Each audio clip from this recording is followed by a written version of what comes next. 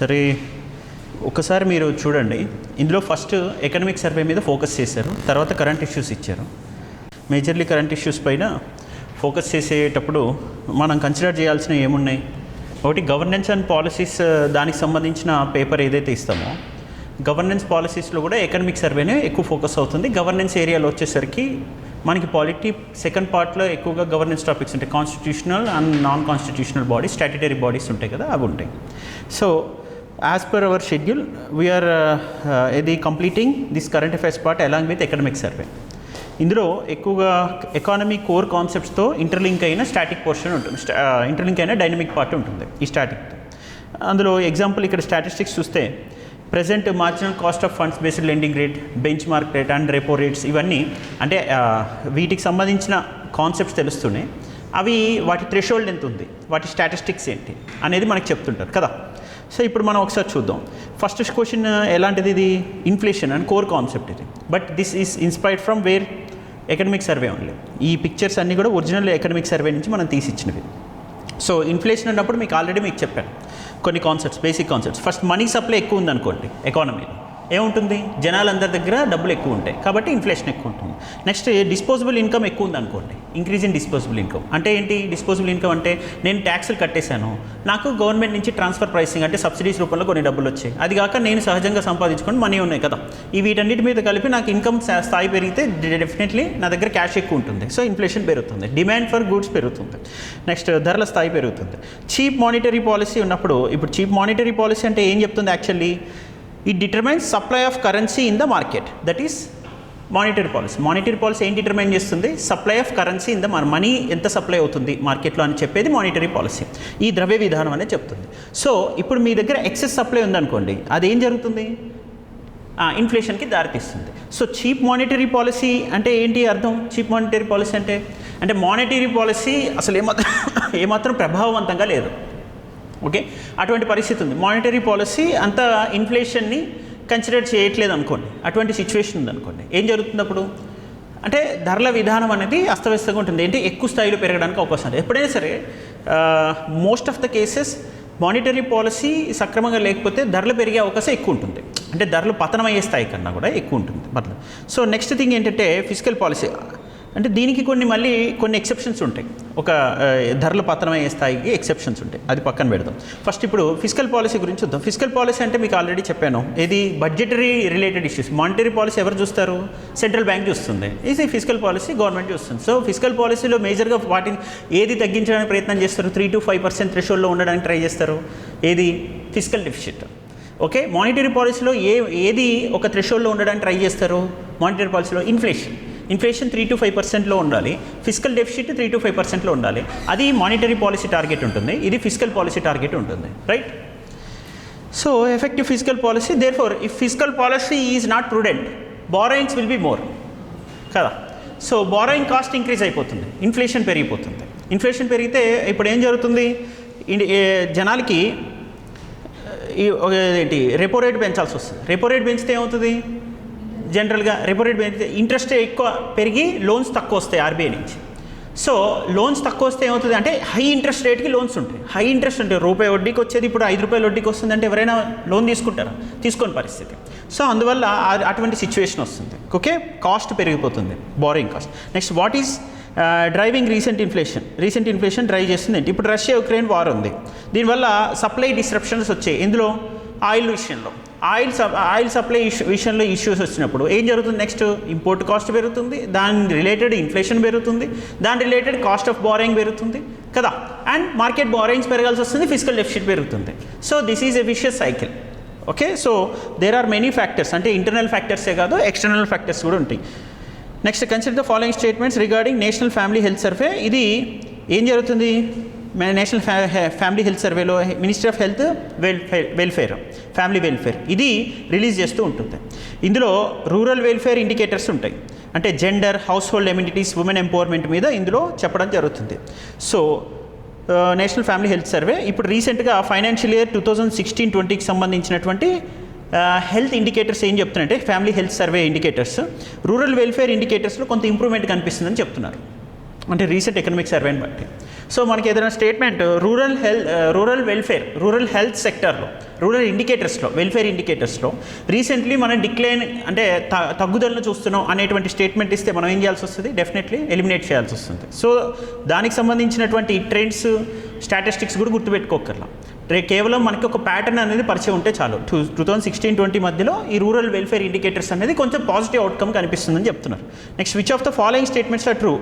Purchasing managers index అంటే very simple. ఇప్పుడు ఒకటి చూడండి, నా దగ్గర ఒక బ్యాలెన్స్ షీట్ ఉంది. లాస్ట్ ఇయర్ ఒక 100 పెన్నులకి ఆర్డర్ చేశారు ఇందులో.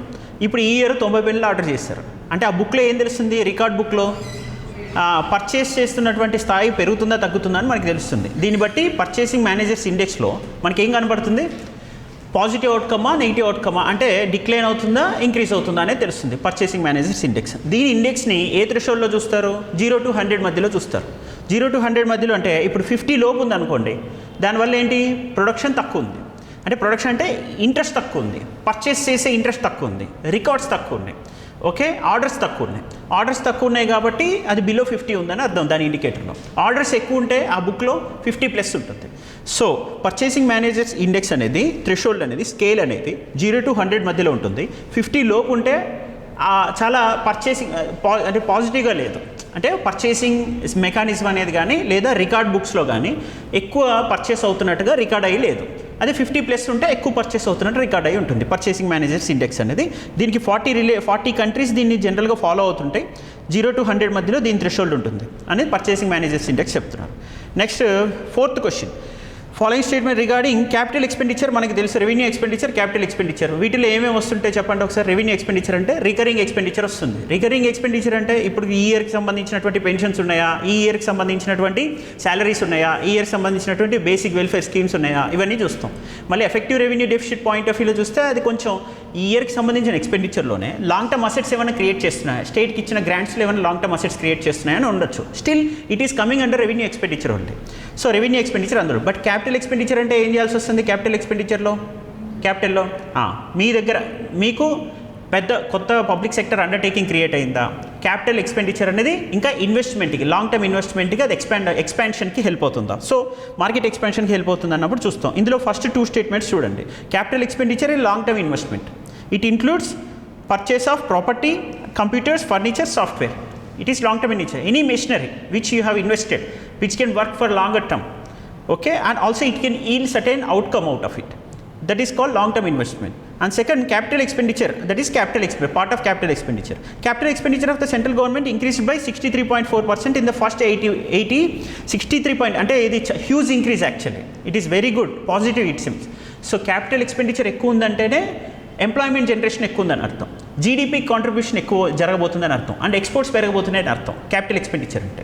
సో ఈ క్యాపిటల్ ఎక్స్పెండిచర్ అంటే బేసిక్ క్యాపిటల్ ఎక్స్పెండిచర్లో ఏమేమి ఉంటాయి మనకి, లోన్స్ మనం ఇవ్వడం కానీ, లేదా ఒక కొత్త ఎంటిటీని ఎస్టాబ్లిష్ చేయడం కానీ, లేదా ఒక మెషినరీని ఎక్విప్మెంట్ని తీసుకోవడం కానీ, land, labour capital and human రీసోర్స్లో ఇన్వెస్ట్ చేసి దాని నుంచి అవుట్కమ్ తీసుకొని రావడం, ఇవన్నీ క్యాపిటల్ ఎక్స్పెండిచర్లో వస్తాయి. సో 63.4% ఇంక్రిమెంట్ అనేది కనిపిస్తుంది క్యాపిటల్ ఎక్స్పెండిచర్లో లాస్ట్ 8 monthsలో in the financial year 2023. This is good only. So the fund spent on repair in conducting normal maintenance of assets is not part of capital expenditure. ఇప్పుడు నేను కొత్త computer కొంటే capital expenditure, but ఆ కంప్యూటర్కి repair చేయిస్తే revenue expenditure, not capital expenditure. Very simple. So ఇప్పుడు మనం ఇక్కడ చూసిన దాంట్లో capital expenditure of central government increased by 63.4%, which is very positive in the last 8 months of this financial year 2023. So next coming to 5th question. ఇందులో respect to post covid growth in India. Post covid మనకి చూస్తే service sector కొంచెం first ఫేజ్ని చూసిందనమాట pandemic పీరియడ్లో అని చెప్తున్నారు. So broad base growth driven by demand and investment. ఇందులో చూస్తే జీడిపి కంపోనెంట్స్ ఎలా ఉన్నాయి and year on year growth, real gross value components, value added components ఎలా ఉన్నాయని మనకి చిన్న ఎస్టిమేట్స్ ఇచ్చారు. సో ఈ ఎస్టిమేట్స్లో చూస్తే కొంత సర్వీస్ సెక్టర్ అనేది హిట్ అయింది అనేది మనకి తెలుస్తుంది పోస్ట్ కోవిడ్ రిలేటెడ్గా. పోస్ట్ కోవిడ్ అందులో మనకి ఒకసారి రైట్ సైడ్ దాంట్లో చూస్తే 2019కి 2022కి మధ్య కంపారిటివ్ అనాలిసిస్ చేశారు రెవెన్యూ ఎస్టిమేట్స్ని టోటల్గా చూస్తే. ఆ కంపారిటివ్ అనాలిసిస్లో చూడండి ఇక్కడ AE stands for advanced estimates, PE stands for provisional estimates, RE stands for revised estimates. So ఇక్కడ థర్డ్ రివైజ్డ్ ఎస్టిమేట్స్ 2019లో తీసుకున్నారు. దాని తర్వాత 21, 23లో ఫస్ట్ అడ్వాన్స్డ్ ఎస్టిమేట్స్ అనేది తీసుకున్నారు. వీటిలో చూస్తే గ్రీన్ కలర్ అనేది చూడండి, గ్రీన్ కలర్ అంటే డిక్లైనింగ్ రేటు ప్రతి దాంట్లో కనిపిస్తుంది. But highest level of exports of goods and services highest level of declining అనేది థర్డ్ దాంట్లో అంటే పర్సంటేజ్ ఆఫ్ జీడిపిలో ఎక్కువగా ఇక్కడ కనిపిస్తుంది మనకి. ఏ ఇయర్ కనిపిస్తుంది? ఎక్స్పోర్ట్స్ ఆఫ్ ఏ ఇయర్ కాదు, ఈ మొత్తం 4 ఇయర్స్లో ఎందులో హైయెస్ట్ లెవెల్ ఆఫ్ డిక్లైనింగ్ అని కనిపిస్తుంది మనకి? ఎక్స్పోర్ట్స్ ఆఫ్ గూడ్స్ అండ్ సర్వీసెస్లో కనిపిస్తుంది. సో ఇంత మనం డీప్గా అని కాదు, ట్రెండ్స్ మనం గుర్తుపెట్టుకోగలిగితే పోస్ట్ కోవిడ్ టైంలో సర్వీస్ సెక్టర్ కొంచెం ఎక్కువగా ప్రాబ్లం ఫేస్ చేసింది. అందులో ఎక్స్పోర్ట్స్ రిలేటెడ్ సెక్టర్లో కూడా ముఖ్యంగా గూడ్స్ అండ్ సర్వీసెస్ ఈ రెండిట్లో కూడా ఎక్స్పోర్ట్ సెక్టర్ అనేది జీడిపి పర్సంటేజ్లో తక్కువ కనిపిస్తుంది పోస్ట్ కోవిడ్ రీఫార్మ్ ఏమైనా చూస్తే, ఎకనామిక్ కండిషన్ చూస్తే. Next, which of the following is caused due to negative effect of the current account deficit.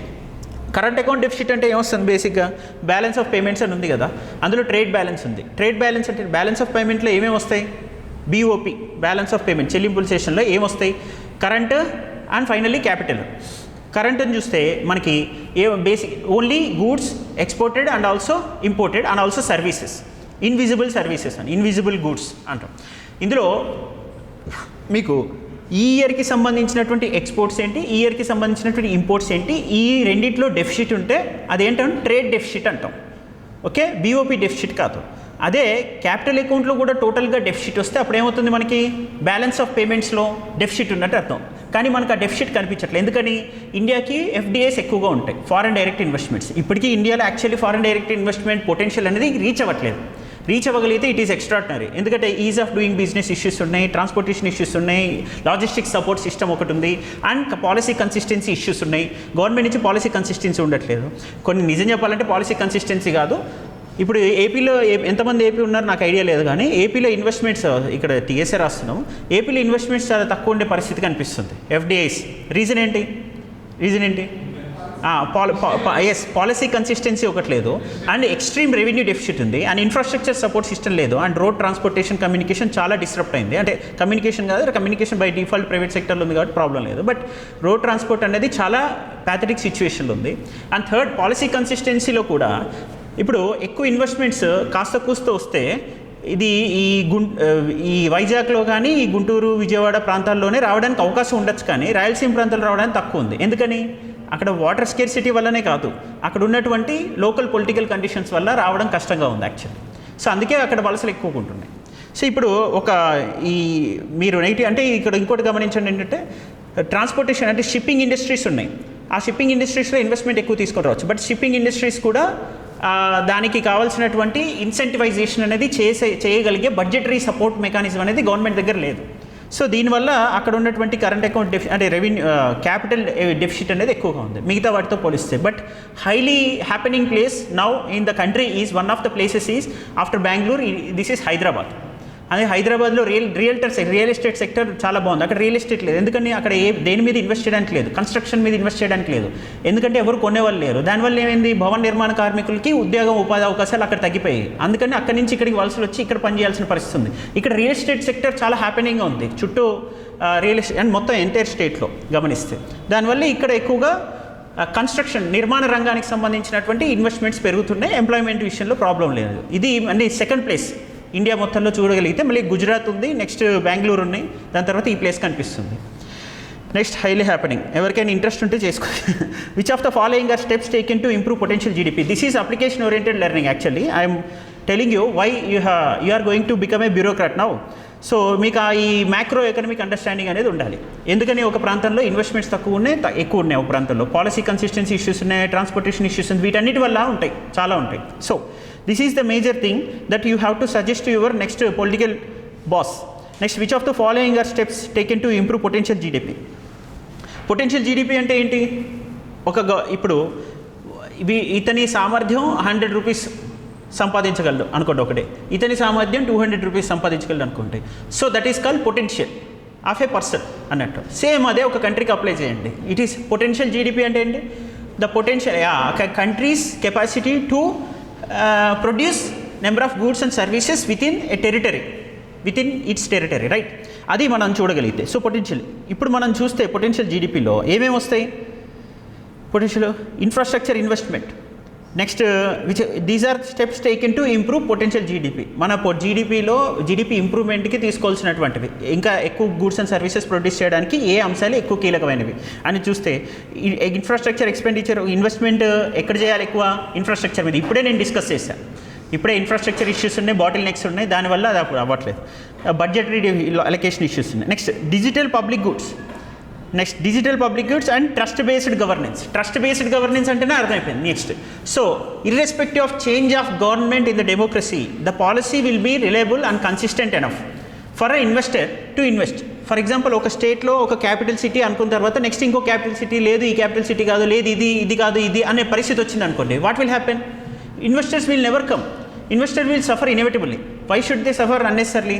Because ఎప్పుడైనా పెట్టుబడి పెట్టేవాడికి ఇదేంటి అరే పాపం బాధ చింత ఏముండవు ఎందుకంటే వాడు బాధలకు గురవుతాడు ఫైనల్గా అనవసరమైన వే. సో అతని ఇంటెన్షన్ ఏంటి? Which is very stable trust based governance. Once ఒక అగ్రిమెంట్ అయిందంటే between the state and the private parties, agreement ఎప్పటికీ వైలేట్ అవుతుంది irrespective of change of governance. అది అలా జరగాలి. Okay, trust based governance. So these are the three elements to attain potential GDP. Okay, infrastructure విషయంలో చూసుకోవాలి. Investment అనేది ఎందులో ఉండాలి? ఇన్ఫ్రాస్ట్రక్చర్లో ఉండాలి. నెక్స్ట్ డిజిటల్ టూల్స్ మీద ఉండాలి. ఎందుకంటే డిజిటల్ ఎక్విప్మెంట్ ఇది సీమ్లెస్ ట్రాన్సిషన్కి హెల్ప్ అవుతుంది. ఫర్ ఎగ్జాంపుల్, మీరు రిమోట్ ఏరియాస్కి ఈరోజు ఫ్లిప్కార్ట్ వెళ్ళగలుగుతుంది బికాస్ ఆఫ్ డిజిటల్ పెనిట్రేషన్, అంతే కదా? So this is what they can invest in it. ఇప్పుడు అసలు ఆ ఏరియాలో మొత్తం ఇంటర్నెట్ లేదు, ఇప్పటివరకు ఇంటర్నెట్ విట్నెస్ చేయట్లేదు. అప్పుడు ఆ పరిస్థితి ఏంటి? They can not invest in that area. Simple logic. అంటే మీరు దీన్ని బట్టి digital penetration will also play vital role. Okay, దీన్ని బట్టి. నెక్స్ట్ ఇంకా 8th question, what are the underlying framework reforms for ease of doing business and ease of living in India? Ease of doing underlying ఫ్రేమ్వర్క్లో ease of doing బిజినెస్లో అన్నీ వస్తాయి. Private sector participation it is very essential. అసలు ease of doing business ఎవరికి కావాలి? Government business చేస్తుందా?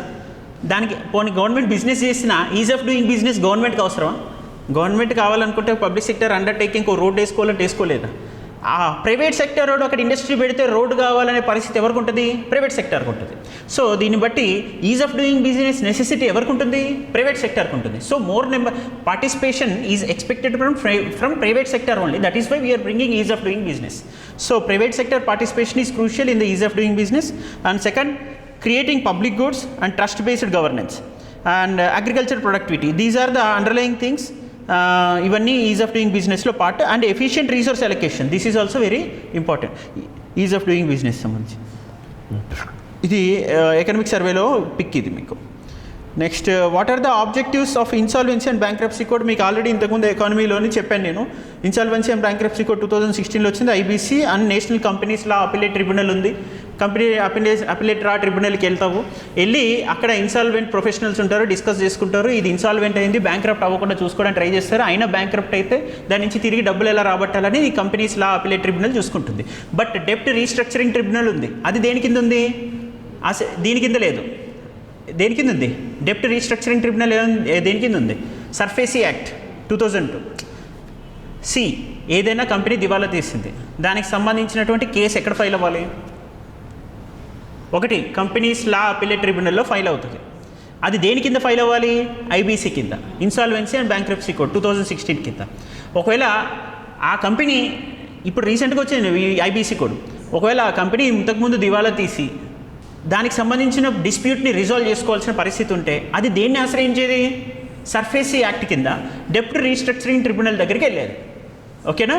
డెప్ట్ restructuring tribunal ఎవరి పరిధిలో ఉండేది? సర్ఫేసీ యాక్ట్ పరిధిలో ఉండేది. ఈ కంపెనీస్ లా ట్రిబ్యునల్ ఎవరి పరిధిలో ఉంది? ఇప్పుడు ఐబీసీ అసైన్ చేస్తుంది కంపెనీస్ లా ట్రిబ్యునల్కి. కంపెనీకి సంబంధించిన మేనేజర్, డైరెక్టర్ రిక్రూట్మెంట్, దానికి సంబంధించిన అవకతవకలు ఏమైనా జరిగినా కూడా ఇవన్నీ డిస్ప్యూట్స్ని రిజాల్వ్ చేసేది ఎవరు? కంపెనీస్ యాక్ట్ కింద కంపెనీస్ లా ట్రిబ్యునల్ రిజాల్వ్ చేస్తుంది. ఓకేనా? ఇప్పుడు ఐబీసీలో ఉన్నటువంటి డిస్ప్యూట్స్ని రిజాల్వ్ చేయడానికి ఐబీసీ కోడ్ ఎవరికి అప్పచెప్తుంది కేసు? డెప్ట్ రీస్ట్రక్చరింగ్ ట్రిబ్యునల్కి కాదు. ఎవరికి? కంపెనీస్ లా ట్రిబ్యునల్కి అప్పచెప్తుంది అండర్ కంపెనీస్ యాక్ట్. అర్థమైందా? ఇది మొన్న ఎప్పుడు మనం పెట్టింది ఇది ఈ test, economy test number 3 or 4. Okay, test number 4 it సిప్స్ అది చెప్పాను. So next, how did adopting unified GST help taxation system of our country? వీళ్ళు సగం జిఎస్టీలోనే నొక్కేస్తే కార్పొరేట్ ట్యాక్స్ ఆటోమేటిక్గా తగ్గుతుంది. అంటే అంతకుముందు ఫర్ ఎగ్జాంపుల్ ఇప్పుడు జిఎస్టీ 18% తీసుకుంటున్నారు, ఆటోమేటిక్గా ఇండైరెక్ట్ ట్యాక్సెస్ పర్సెంటేజ్ కూడా పోతే అది ఫైనల్ ఇన్కమ్ ట్యాక్స్లోకి రాదు కదా, indirect tax. So income tax corporate tax rates అనేవి కొంత తగ్గాయి.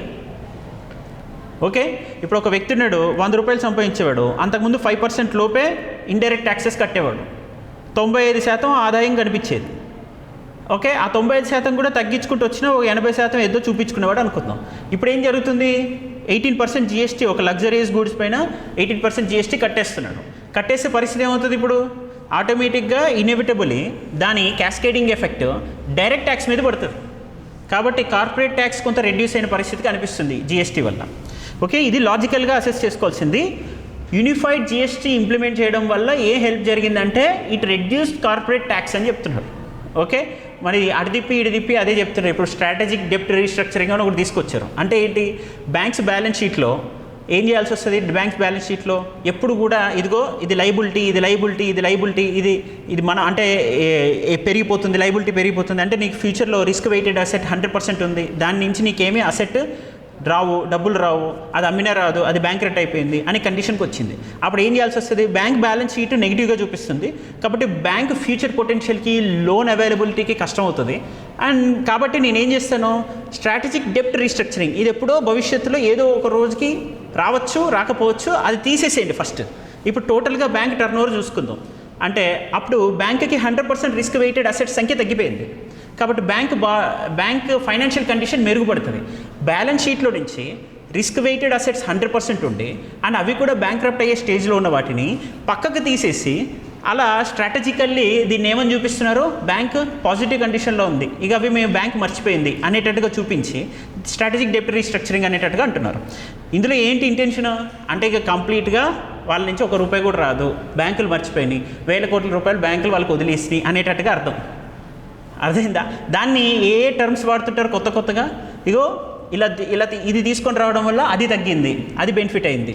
సో ఇదిగో ఇప్పుడు బ్యాలెన్స్ షీట్ ఇంప్రూవ్ అయింది. ఎందుకని ఇంప్రూవ్ అయింది, డబ్బులు రావడం వల్ల కాదు, ఈ డబ్బులు ఇక రావు అని డిసైడ్ అవ్వడం వల్ల అలా చెప్తుంటారు వాటిని. ఓకే, దీని మీద ఒక పార్లమెంట్లో డిబేట్ జరిగింది, స్ట్రాటజిక్ డెప్ట్ రీస్ట్రక్చరింగ్ అనే దానిపైన. వింటున్నారా, కాన్సన్ట్రేట్గా వింటున్నారా, అర్థమవుతుందా, అప్లికేషన్ తెలుస్తుందా? This is what exam. Actually మీరు న్యూస్ పేపర్ చదవడం వల్ల ఇంటెన్షన్ ఏంటంటే స్ట్రాటజిక్ డెప్ట్ రీస్ట్రక్చరింగా బైజూస్ మోడల్ ఫాలో అవ్వడానికి రాదు, ఎందుకంటే అది ప్రైవేట్ సెక్టర్ కాదు, లోన్ ఇచ్చిన వాళ్ళు ఫాలో అవుతున్నారు. అది పబ్లిక్ సెక్టర్ బ్యాంక్స్ ప్రైవేట్ వాళ్ళకి ఇచ్చిన లోన్ విషయంలో గవర్నమెంట్ స్ట్రాటజిక్ డెప్ట్ రీస్ట్రక్చరింగ్ అని చెప్పి వాటి బ్యాలెన్స్ షీట్ పాజిటివ్గా ఇంప్రూవ్మెంట్ స్టేజ్లో ఉన్నట్టు చూపించడానికి తీసుకున్న డెసిషన్ అది. సో బైజూస్కి సంబంధించింది కాదు, private sector. Next Statement 1. Promoting the private sector as a co-partner in the development is one of the key forms of Sabka Saath Sabka Vikas. Yes, fine. Next, production linked incentive scheme was designed to increase domestic manufacturing capacity together with increased substitution and job creation. ఇప్పుడు మీరు ఒకసారి చూడండి, private సెక్టార్ని కో-పార్ట్నర్గా డెవలప్మెంట్లో తీసుకొని దానికి key reforms తీసుకొని రావడాన్నే సబ్కా సాత్ సబ్కా వికాస్ అని చెప్తూ, plus the production linked initiatives PIL, production linked initiatives anything production linked initiatives scheme was design to increase domestic manufacturing capacity together with increase substitution and job creation.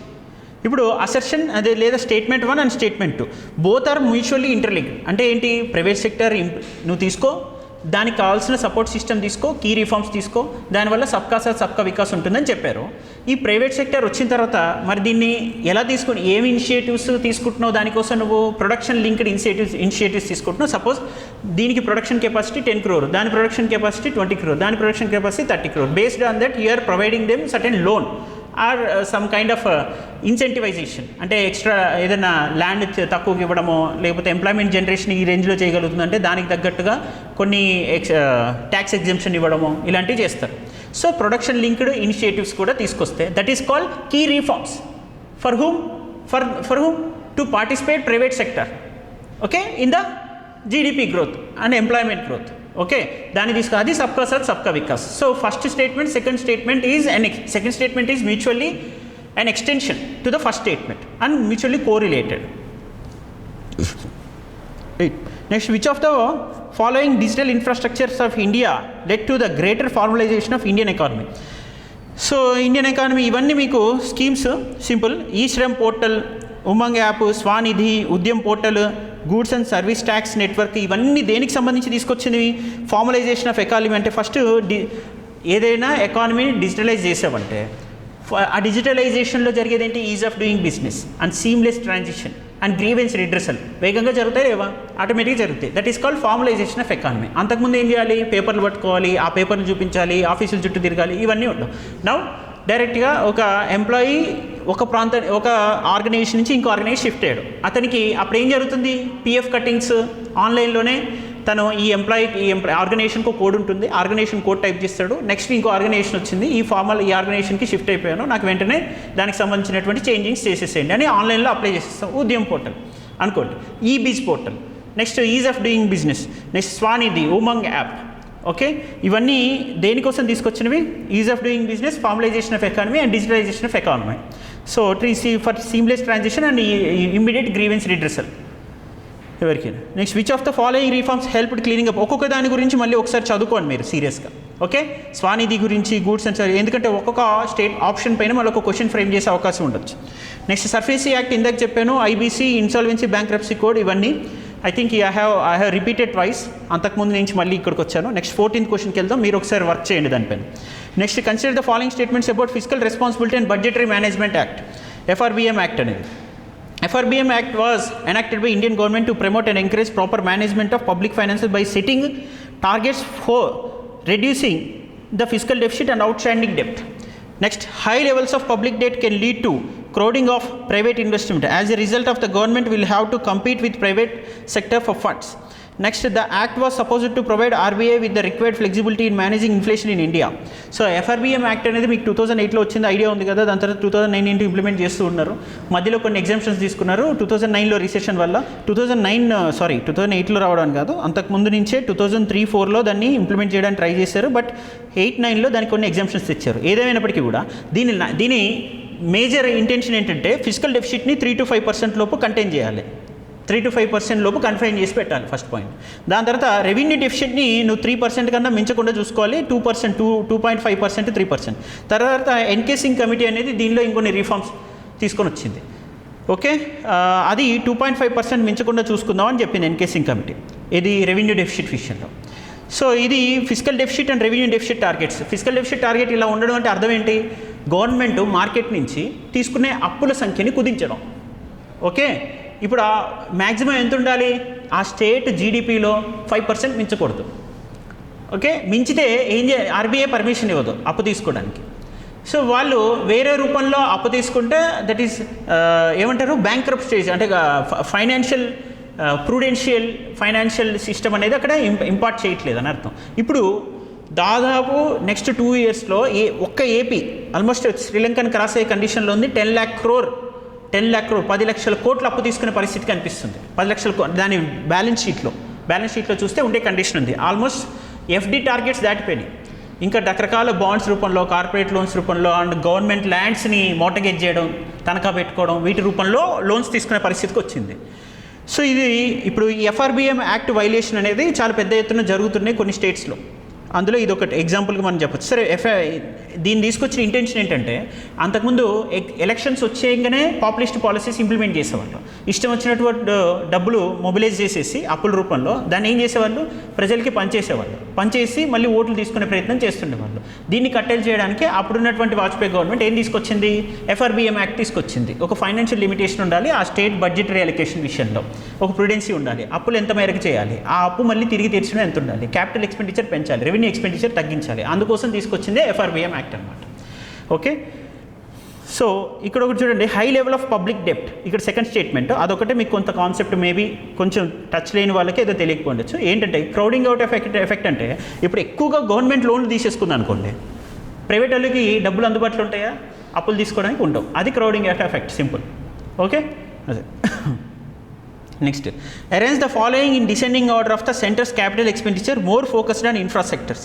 ఇక defence sector, housing and urban affairs, telecommunication, railways, atomic energy, ఇవన్నీ ఒకసారి చూడండి. మీరు ఆర్డర్లో చూస్తే దేనికి ఎక్కువ priority ఉందో చూడండి. రోడ్ ట్రాన్స్పోర్ట్ ఎస్టిమేట్స్ చూస్తే డిసెండింగ్ ఆర్డర్ అంటే తగ్గుతూ వెళ్ళాలి. More focus on infrastructure, high level నుంచి లో లెవెల్కి వెళ్ళాలి.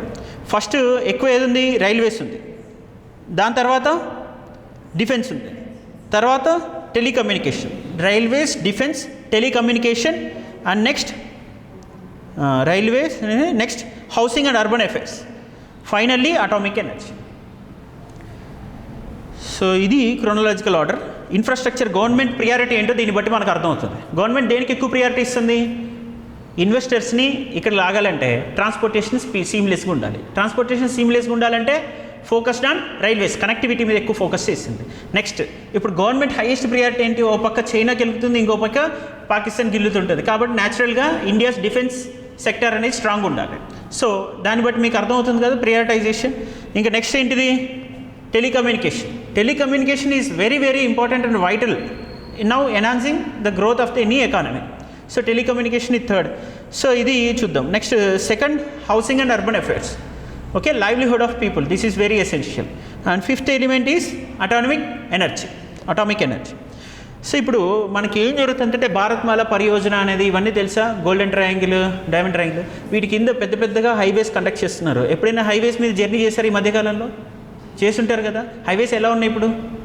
అయితే బిల్డ్, ఆపరేట్, ట్రాన్స్ఫర్ మోడల్లో ప్రైవేట్ వాళ్ళకి శాంక్షన్ చేస్తే అది తీసుకెళ్తున్నారు, అయినా పర్లేదు. But anyways construction and connectivity, ఇప్పుడు అరుణాచల్ ప్రదేశ్ వరకు కనెక్టివిటీ ఎలా పెరిగింది చూసారా? డైరెక్ట్గా ఒకటే రూట్. అంతకుముందు సిలిగురి క్యారిడార్, అంతే ఎట్లా వెళ్ళేవాళ్ళు అంటే ఫ్లైట్ మొబిలిటీ కూడా ఢిల్లీకి వెళ్ళి వెస్ట్ బెంగాల్ వెళ్ళి అటు నుంచి త్రిపురకి అలా వెళ్ళాల్సి వచ్చేది. ఇప్పుడు అలాంటి పరిస్థితి లేదు, డైరెక్ట్గా వెళ్తున్నారు. సో ఈ connectivity, seamless connectivity, Daulat Beg Oldi route అనేది ఐడియా ఉందా అక్కడ? సో ఇది లడక్ అక్కడ. సో కనెక్టివిటీ అనేది పెంచుతున్నారు. ఈ రూరల్ ఆ ఏరియా వరకు కనెక్టివిటీ ఇక్కడ, ప్లస్ ఈ భారత్మాల పరియోజన కింద కనెక్టివిటీ పెంచుతున్నారు, హైవేస్ ఇంప్రూవ్ చేస్తున్నారు. నెక్స్ట్ ఈ గ్రాంట్స్ అనేవి స్టేట్ గవర్నమెంట్స్ కూడా స్టేట్ లెవెల్ హైవేస్ని ఇంప్రూవ్ చేయడానికి పంపిస్తున్నారు. బట్ మనకి ఇక్కడ వచ్చేసరికి ఈ ట్రాన్స్పోర్టేషన్ అనేది ఇంకా ఎఫెక్టివ్గా ఇంప్లిమెంట్ అవ్వట్ల. ఇంకా హౌసింగ్ అర్బన్ అఫైర్స్ విషయంలో మనకి ఇన్ని కోట్ల ఇల్లులు కట్టాలి అని చెప్పేసి టార్గెట్ ఉండి ప్రతి రాష్ట్రానికి వాటికి ఉన్నటువంటి సోషియో ఎకనామిక్ సెన్సెస్ని బట్టి అలొకేట్ చేస్తున్నారు, సోషియో ఎకనామిక్ సెన్సెస్ బట్టి. కానీ వాటి అంతే స్థాయిలో ఇక్కడ జరగట్లేదు, అది గ్రౌండ్ లెవెల్ రియాలిటీ కనిపించట్లేదు. అంటే ఈ స్టేట్ గవర్నమెంట్లో పాపులిజం ఎక్కువగా ఉండడం అండ్ డైనస్టిసిజం ఎక్కువగా ఉండడం అండ్ కరప్షన్ ఎక్కువగా ఉండడం, వీటి వల్ల ఎప్పటి నుంచో వస్తున్నటువంటి సమస్య ఇంకా అలానే ఉంది. నెక్స్ట్ ఒకటే థింగ్ ఏంటంటే రియల్ ఎస్టేట్ సెక్టర్లో ఎక్కువగా మళ్ళీ బై డిఫాల్ట్ స్టేట్ గవర్నమెంట్కి సంబంధించిన గవర్నమెంట్ అథారిటీస్లో ఉన్న వాళ్ళే ఇన్వాల్వ్ అవడం వల్ల రియల్ ఎస్టేట్ సెక్టర్ కొంచెం ఎప్పుడు పాజిటివ్గా కనిపిస్తుంటుంది. Next consider the following statements about income tax returns. Okay, IT returns మనం చూస్తే ఏం చెప్తున్నారు? There are 7 forms of income tax returns. And third statement, ITR 3 is filed by people with income from residential property. That is not the case. Indirect tax measures by CBSE during 2021-22. The reforms initiated by government in recent years have ensured the development of a trust-based tax system. So progress has been made to move an efficient and effective tax administration which honors honest taxpayers and provides better taxpayer facilitation while advancing the government's policy of facilitating ease of doing business. Okay. ITR 3 is filed by people అని ఏదైతే ఇచ్చారో with income from residential property. This is wrong, this is not a right statement. I think ITR 3 ఒకసారి చూడండి. A new scheme of updated return has been indirect tax సంబంధించి, okay, income tax 1961 and facilitates the taxpayer to voluntarily update his return anytime within 2 years from end of the relevant assessment year. Okay, the scope of information. Pre-filled income tax returns has been further expanded by including information such as house property income, capital gains from securities, bank and also dividend to make complaints more convenient. Scope of information in pre-filled income tax returns has been further expanded by including information. Okay, a new provision to affect business recognition has been made under the income tax return and also 80 to file modified within 6 months of the order of the reorganization of the authority. But ITR 3 అనేది I think I must have included, ఇది ఎక్కడి నుంచో తీసినట్టున్నాం, గుర్తు రావట్లేదు నాకు. But mostly second statement is true, ఇది 3 కాదు, number ఏదో అయ్యి ఉండొచ్చు. I have to recheck and I will add one more picture here in the ఇది యాప్లో అప్లోడ్ చేసే ముందు 16th క్వశ్చన్కి ఒక పిక్చర్ యాడ్ చేస్తాను. ఓకే, నెంబర్స్ ఇచ్చారు ఏవైతే 7 ఫార్మ్స్ అన్నారో IT3 అన్నారో, ఇవి అక్కడి నుంచి తీసాం కానీ బట్ అది యాడ్ చేయలేదు ఇన్ఫర్మేషన్ ఇక్కడ. Okay, next consider the following statements regarding WTS trade facilitation agreement. ఇది ఏ ఇయర్ వచ్చింది? ఇది UPSCలో అడిగింది, CDSలో అడిగింది ఈ క్వశ్చన్. అయితే ఇంతకుముందు మీకు ఆల్రెడీ చూపించినట్టున్నాం ట్రేడ్ ఫెసిలిటేషన్ అగ్రిమెంట్ అనేది. ఫస్ట్ క్వశ్చనే మనకి మిషన్ యోధన్లో మీకు ఎకానమీ డేస్ ఉంటాయి. ఎకానమీ డేస్ డే 30 నుంచి స్టార్ట్ అవుతాయి, 13 to 18 మధ్యలో ఉంటాయి. వాటిలో ఫస్ట్ క్వశ్చన్ ఏదో ఒక డే రోజు ఇది ఈ క్వశ్చనే ఉంది మీకు. ఐ థింక్ నేను వీడియోలో కూడా ఎక్స్ప్లెయిన్ చేశాను. Agreement was introduced to simplify customs procedure by reducing cost and to improve the efficiency and speed of trade world trade organizations trade facilitation agreement అనేది. ఇది ఏం చేసుకుంటారు? ఈ అగ్రిమెంట్ ప్రకారం కస్టమ్స్ సింప్లిఫై చేయాలి, ఎక్కువగా రెడ్ టేపిజం ఉండకూడదు ఆ ప్లేసెస్లో. ఓకే, అండ్ ముందే ఇప్పుడు ఏం చేస్తున్నారంటే RFID ట్యాక్స్ తీసుకొని రావడం, అక్కడ దాకా రాకముందే వీళ్ళు RFID ట్యాగ్ తోటి అసెస్ చేసుకొని అది ఎప్పుడు ల్యాండ్ అయిపోతుంది ఆ టైం కల్లా ఉండి దాన్ని అసెస్ చేసి మానిటర్ చేసి పంపించగలగడం, ఇవన్నీ చేస్తున్నారు. అంటే అక్కడ ముందు ఆన్లైన్లో బుక్ చేసుకోవడం, నా గూడ్స్ అక్కడ ఇంపోర్ట్ కాబోతున్నాయని చెప్పడం, నా గూడ్స్లో ఏమేమి ఉన్నాయి ఐటమ్స్ అని చెప్పడం, వాటికి RFID ట్యాగ్ వేయడం, ఆ ట్యాగ్ అనేది కోడ్ అనేది వీళ్ళకి పంపించడం, వీళ్ళు దాన్ని ట్రాక్ చేస్తుండడం, అది రాగానే అప్పటికప్పుడే RFID ట్యాగ్ అనేది ఉంది అని చెప్పడం, అది ఇక్కడ దిగిన తర్వాత ల్యాండ్ అయిన తర్వాత ఆ ట్యాగ్ ముందే కస్టమ్స్ అన్ని పర్మిషన్స్ జరిగిపోయినాయి ఆన్లైన్లో. అది దిగిన తర్వాత ఇప్పుడు RFID ట్యాగ్ మన టోల్ విషయంలో ఇలా లైన్లో కడతామా ఇప్పుడు కార్లో? అంతకుముందు ఎంత 1/2 కిలోమీటర్ నిలిచిపోయేది, ఇప్పుడు ఎలా ఉంది? ఎలా రావడం ఎలా వెళ్ళిపోవడం. ఇప్పుడు అలా ఒకటేసారి కస్టమ్స్ దిగంగానే ఎవరెవరి గూడ్స్ ఏమేమి ఉన్నాయో అవి RFID ట్యాగ్ వాటిని రీడ్ చేసేస్తుంటుంది, వెళ్ళిపోతూ ఉంటుంది. అలాగా ముందే పర్మిషన్స్ తీసుకొని ఏ వస్తున్నాయి అనేది అక్కడ క్లియర్గా మన పర్మిషన్స్ తోటి ఇక్కడ ల్యాండ్ అయిన తర్వాత ఎవరు ఏ ఆర్గనైజేషన్ ఏ పర్మిషన్ తోటి ఏ గూడ్స్ ఇక్కడ ఇంపోర్ట్ చేసుకుంటున్నారు అనేది క్లియర్ డీటెయిల్ ఇన్ఫర్మేషన్ ఉంటుంది. RFID ట్యాగ్ అది రీడ్ చేసేస్తుంది, పలానా వాళ్ళ నుంచి వచ్చిందని ఇలా వెళ్ళిపోతుంటుంది అనమాట. So this is a seamless అంటే complete reducing red tapism, seamless connectivity అనమాట. సో దీనికి సంబంధించి simplify customs procedure by reducing cost and to improve the efficiency and speed of trade. దీనికి సంబంధించిన మెకానిజం తీసుకొస్తూ ఉండాలి, దీని మీద అగ్రిమెంట్ చేసుకోవాలి. ఆ కంట్రీస్ ఏవైతే ట్రస్ట్ వర్ది కంట్రీస్ ఉంటాయో ఆ కంట్రీస్ మధ్య ఈ WTO ట్రేడ్ అగ్రిమెంట్స్ ఫెసిలిటేషన్ అనేది తీసుకొని వస్తారు. ఒకవేళ మనకి నమ్మకం లేదు ISIS నుంచి ఏది పడితే అది రాని అంటే మనం తెప్పించాం కదా, అదే సిరియా నుంచో ఇక్కడి నుంచి వస్తాయంటే. So next the trade facilitation action plan was suggested by national committee on trade facilitation. ఇక్కడ మన సెంట్రల్ గవర్నమెంట్ ఒక కమిటీ పెడుతుంది, ఈ కమిటీ మానిటర్ చేస్తుంది ట్రేడ్ ఫెసిలిటేషన్ అగ్రిమెంట్ అనేది ఎప్పటికప్పుడు అందుబాటులో ఉందా లేదా. అందుబాటులో అండ్ ఫెసిలిటేషన్ కమిటీ అనేది మానిటర్ చేసి ఇంకేమన్నా గ్రీవెన్సెస్ ఉన్నాయా, అక్కడి నుంచి కస్టమ్స్ వల్ల ఈవెన్ తనిఖీలు ఎక్కువ అవుతున్నాయా, లేకపోతే ఆ తనిఖీల్లో మళ్ళీ ఎంతవరకు రిలయబిలిటీ ఉంది, ఎవరిని చేయాలి ఎవరిని చేయకూడదు, వాళ్ళ నుంచి ఏమైనా గ్రీవెన్సెస్ ఉంటే తీసుకొని వాటిని అప్డేట్ చేసి చెప్తుంటుంది. ఏది? ఈ committee, national committee for trade facilitation on trade facilitation committee ఒకటి అపాయింట్ అయి ఉంటుంది దీనికోసం. India has witnessed a sustain improvement in trade facilitation that is about 90% trade facilitation స్టాండర్డ్కి వెళ్ళింది. ట్రేడ్ ఫెసిలిటేషన్ అగ్రిమెంట్లో కొన్ని ఫీచర్స్ ఉంటాయి, ఈ ఫీచర్స్ అన్ని మీట్ అయ్యావా లేదా అనేది WTO ట్రేడ్ ఫెసిలిటేషన్ అగ్రిమెంట్లో మనం చెక్ చేసుకుంటుంటే 90% ఇండియా మీట్ అవ్వగలిగింది. ఈ ట్రేడ్ ఫెసిలిటేషన్ అగ్రిమెంట్ WTOకి సంబంధించి ప్రతి గవర్నమెంట్ ప్రతి స్టేట్లో ప్రతి కంట్రీలో ఒక కమిటీ పెట్టుకుంటుంది, దాన్ని నేషనల్ ట్రేడ్ ఫెసిలిటేషన్ కమిటీ అంటారు ఇలా. సో అది మానిటర్ చేస్తుంటుంది. ఇంకా capital receipts, disinvestment. Capital receipts అంటే చెప్పాను కదా మీకు. ఇప్పుడు క్యాపిటల్ రిసిప్ట్ అంటే ఎప్పుడైనా long term in nature, not recurring.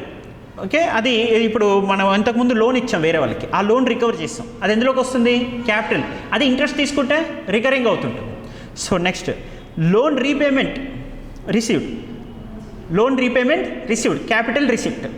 Disinvestment అనేది కూడా నా పబ్లిక్ సెక్టర్ కంపెనీ ఉంది, పబ్లిక్ సెక్టర్ కంపెనీలో నాకు 100% షేర్లు ఉన్న దాంట్లో ఒక 20% అమ్ముకున్నాను, ఆ 20% long term in nature. Okay, capital రూపంలో వచ్చింది, అంటే చాలా కాలం పాటు ఇన్వెస్ట్ చేసుకోవడానికి వచ్చింది అండ్ చాలా కాలంగా కంటిన్యూ అవుతున్నటువంటి సంస్థ. అది ఎవ్రీ ఇయర్ రికవర్ అవుతున్నటువంటిది కాదు, దాన్ని ఎవ్రీ ఇయర్ ఇంత 1% డిస్ఇన్వెస్ట్ అవుతుండాలి, దానికి ఇంత రెంట్ రావాలి రేట్ రావాలి అనేది ఉండదు అక్కడ. Next so asset creation, asset creation అనేది దేని పరిధిలోకి వస్తుంది? ఎక్స్పెండిచర్ పరిధిలోకి వస్తుంది అసెట్ క్రియేషన్. ఇంట్రెస్ట్ రిసీవ్డ్ మళ్ళీ దేని పరిధిలోకి వస్తుంది? రికరెంట్లోకి వస్తుంది. అదేమి లోన్ రీపేమెంట్ కాదు కదా, ఇంట్రెస్ట్ రిసీవ్డ్ కాబట్టి రికరింగ్ దాంట్లోకి వస్తుంది. రికరింగ్ అంటే అప్పుడు ఏమవుతుంది? రెవెన్యూ రిసిప్ట్స్లోకి వస్తుంది. సో అసెట్ క్రియేషన్ క్యాపిటల్ ఎక్స్పెండిచర్లోకి వస్తుంది. సో ఈ రెండు తీసేస్తే మిగతా డిస్ఇన్వెస్ట్మెంట్ కానీ లోన్ రీపేమెంట్ రికవర్ కానీ ఈ రెండు దేని పరిధిలోకి వస్తాయి? క్యాపిటల్ రిసిప్ట్స్లోకి వస్తాయి. Are you getting what I'm saying? Okay, capital receipts simple. So revenue receipts, capital receipts and revenue expenditure and capital expenditure ఆ సంబంధించినటువంటి ఇవన్నీ ఉన్నాయి. ఒకసారి చూడండి. సపోజ్ ట్యాక్స్ రెవెన్యూ చూస్తే డైరెక్ట్ ట్యాక్స్ ఉన్నాయి, ఇండైరెక్ట్ ట్యాక్స్ ఉంటాయి. Wealth tax, gift tax, estates tax, expenditure tax ఇవన్నీ డైరెక్ట్ ట్యాక్స్ సంబంధించి. Income tax, corporate income tax కాకుండా. Next sales tax, customs and GST ఇవన్నీ కూడా ఇండైరెక్ట్ ట్యాక్స్ పరిధిలోకి వస్తాయి. అవన్నీ revenue receipts, recurring in nature. Non tax receipts అంటే మీరు ఇప్పుడు గ్రూప్ 1కి అప్లికేషన్ ఫామ్ పెట్టి 100 రూపాయలు కడతారు కదా, అది నాన్ ట్యాక్స్ రిసిప్ట్. ఓకే, ఇప్పుడు మీరు సెస్ చేస్తారు, సర్చార్జ్ చేస్తారు. ఓకే, నాన్ ట్యాక్స్ రిసిప్ట్స్లో సెస్ సర్చార్జ్ అని వేస్తుంటారు. ఇప్పుడు మీకు ప్రతి ఎలక్ట్రిసిటీ బిల్ పైన కొంత సర్చార్జ్ సెస్ వేస్తుంటారు. అవన్నీ కూడా ఏంటి? నాన్ ట్యాక్స్ రిసిప్ట్స్ వీటన్ని పైన. So profits and dividends every year profits పంచుకుంటుంటాం. దేనిపైన? పబ్లిక్ సెక్టర్ అండర్టేకింగ్స్ పైన కానీ గవర్నమెంట్ ఎంటిటీస్ నుంచి కొన్ని ప్రాఫిట్స్ వస్తే అవి తీసుకుంటాం. అవన్నీ ఏంటి? రెవెన్యూ రిసిప్ట్సే, non tax receipts. So next ఇక్కడ క్యాపిటల్ రిసిప్ట్స్లో చూస్తే లోన్ రికవరీ ఉంటుంది, డిస్ఇన్వెస్ట్మెంట్ ఉంటుంది, మార్కెట్ బారోయింగ్ ఉంటుంది. చాలా అంటే లాంగ్ టర్మ్ ఇంట్రెస్ట్ తోటి మార్కెట్ నుంచి అప్పులు తీసుకుంటాము. నెక్స్ట్ ప్రావిడెంట్ ఫండ్స్ ఉంటాయి ఇవన్నీ. Right. What are the factors that have been affecting in expand of tax base and enhance tax complaints? 4 కూడా జిఎస్టీ ఇంట్రొడ్యూస్ చేయడం వల్ల ట్యాక్స్ బేస్ ఎన్హాన్స్ అయింది. అప్పటికన్నా ఇప్పుడు ట్యాక్స్ కట్టే వాళ్ళ సంఖ్య ఆటోమేటిక్గా పెరిగిపోయింది. సో దాంతోపాటు ట్యాక్స్ కంప్లైన్స్ అనేది పెంచగలిగితే ఎఫెక్టివ్గా ట్యాక్స్ కంప్లైన్స్ అంటే నేను ట్యాక్స్కి సంబంధించినటువంటి పూర్తి సమాచారాన్ని పంచుకోవడము, ఆ ట్యాక్స్ ఎలా కట్టాలనే సమాచారం నాకు తెలియడము, దానిపైన నేను సంపూర్ణమైన అంగీకారాన్ని తెలియజేయడము, ఇది ట్యాక్స్ కంప్లైన్స్. ఓకే, ఈ కంప్లైన్స్ ఉంటాయి. సో సింప్లిఫికేషన్, దీనికి ఈ ట్యాక్స్ కంప్లైన్స్ పెరగాలంటే నాకు బర్డెన్ ఉండకూడదు, ప్రాసెస్ సింప్లిఫైయింగ్ ఉండాలి. So simplification of tax returning, files, everything is part. This is one of the factors in expanding tax base, tax and tax compliance. Next information sharing between government departments and greater formalize చేయడం వల్ల కూడా స్పీడ్గా అవుతుంది process అనేది. So monetary policy committee, దీనికి సంబంధించి కూడా తెలుసు కదా. Monetary policy committee chairman is reserve bank of India. ఇంతకుముందు మనకి డైలీ ఇచ్చినటువంటి క్వశ్చన్స్లో ఇచ్చారు. Today evening we have a session in HMTV 5:30. ఎవరైనా ఇంట్రెస్ట్ ఉన్న వాళ్ళు చూడొచ్చు. జస్ట్ అది ఫ్రెషర్స్కి చెప్పొచ్చు, మీకు అవసరం లేదు. ఓకే, 5 o'clockకి ఉంటుంది. సెకండ్ థింగ్, మీరు ఇప్పుడు కరెంట్ అఫేర్ ఇదంతా దేనికి సంబంధించింది? నేను చెప్పింది ఓరియంటేషన్ అంతా ఎకనామిక్ సర్వేది, అన్ని ఒరిజినల్ పిక్స్ పెట్టాము.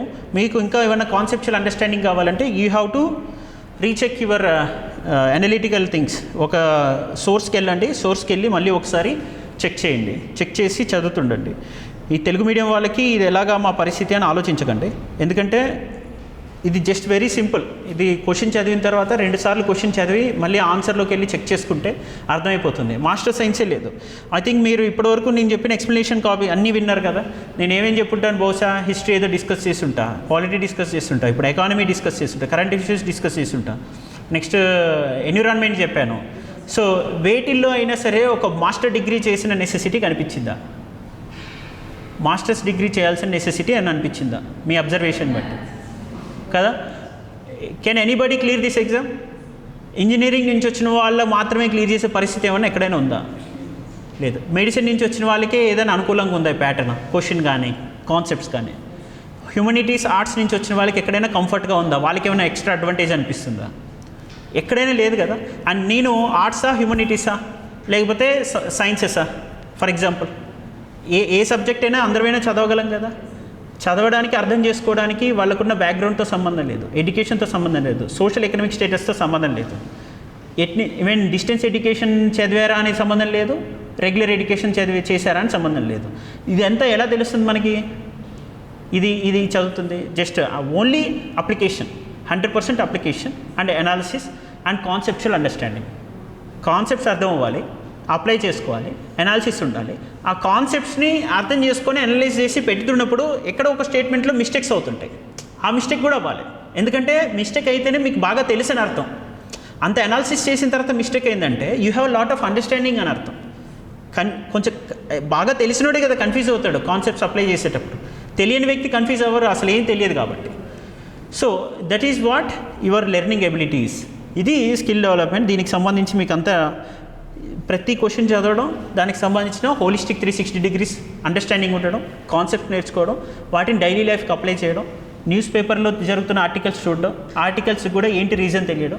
ఇప్పుడు కర్ణాటకలో ఒక ప్రతిష్టంభన ఉంది, ఏంటిది? అది ఫుల్ మెజారిటీ వచ్చింది. మెజారిటీ వచ్చిన తర్వాత అఫీషియల్ గెజిట్ నోటిఫికేషన్లో వీళ్ళు ఎలక్ట్ అయ్యారని ఎలక్షన్ కమిషన్ రిలీజ్ చేసింది. దాని తర్వాత సమావేశం అవ్వాలి. సమావేశం అయ్యి ఏం చేయాలి? చీఫ్ మినిస్టర్ అనేది అఫీషియల్గా డ్యూటీస్ని టేకప్ చేసుకోవాలి. మరి అది జరగకుండా కొంత టైం తీసుకుంటున్నారు. టైం తీసుకుంటే ఎంత టైం తీసుకోవచ్చు? దానికి ఎంత లిమిటేషన్ ఉంది యాజ్ పర్ కాన్స్టిట్యూషన్? మరి కాన్స్టిట్యూషన్లో లిమిటేషన్ ఉందా, లేకపోతే కన్వెన్షన్ ఉందా? పార్లమెంటరీ ఫార్మ్ ఆఫ్ గవర్నమెంట్లో ఏదైనా సంప్రదాయం ఉందా? ఎందుకంటే అన్ని కాన్స్టిట్యూషన్లో ఉండవు. పార్లమెంటరీ ఫార్మ్ ఆఫ్ గవర్నమెంట్లో అన్నీ రాష్ట్రపతి పేరు మీదుగా జరుగుతాయి అంటారు. బట్ డిఫాక్టో పవర్స్ ఎవరికి ఉన్నాయి? ప్రెసిడెంట్, ప్రైమ్ మినిస్టర్కి ఉన్నాయి. ప్రైమ్ మినిస్టర్ ఉన్నాయి. ఈ విషయం ఏమైనా చెప్పిందా కాన్స్టిట్యూషన్? క్లియర్గా ఏం చెప్పింది? చెప్పలేదు. This is a convention which is followed. So ఈ కన్వెన్షన్స్ ఫాలో అవుతున్నావా లేదా? ఇప్పుడు అక్కడ ఒక ఎగ్జాంపుల్ జరిగింది. So next 2000 rupees bank note రద్దు చేశారు. దీనివల్ల ఎకానమీ మీద ఏం జరుగుతుందని ఒకసారి ఆలోచించండి. ఏమైనా ఎఫెక్ట్ ఉందా? ఇప్పుడు పర్ డే 20,000 రూపీస్ వరకు తీసుకునే అవకాశం ఉంది. 500 రూపీస్ నోట్స్ అవి ఇచ్చి అని చెప్పారు.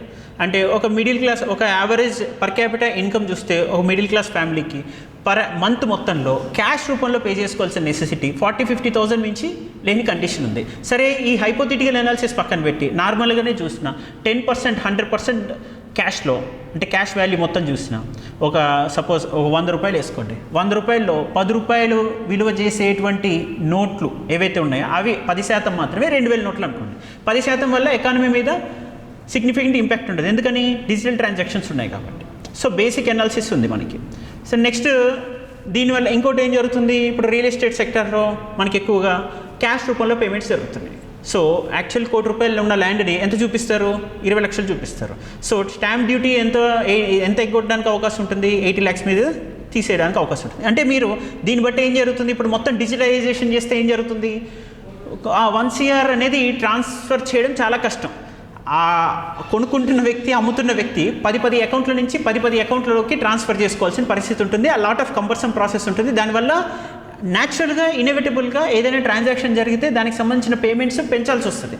దానివల్ల ట్యాక్స్ పెరుగుతుంది, గవర్నమెంట్ ట్యాక్స్ పెరుగుతుంది, ఇక్కడ ట్యాక్స్ ఎవేషన్ తగ్గుతుంది, బ్లాక్ మనీ తగ్గుతుంది.